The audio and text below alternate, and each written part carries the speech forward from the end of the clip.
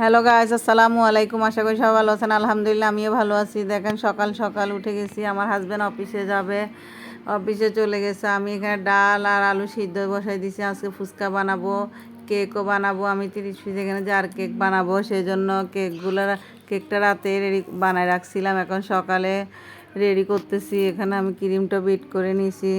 এখানে আমি কেকগুলো ডেকোরেশন করা শেষ। এখানে আজকে আর এখানে ফুচকার টকটাও রেডি করে নিলাম, জাল দিয়ে নিচ্ছি।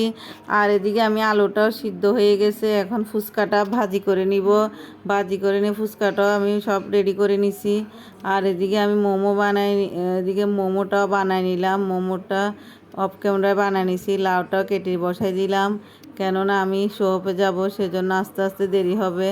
আর এদিকে বিকালে দেখেন এখন ঘড়ির টাইম 4টা বাজছে। এখন আমার সব দোয়া ফালা রয়ে গেছে, ধুয়ে নিয়ে এখন দেখেন ফাইনাল লুক এই পর্যন্ত আছে।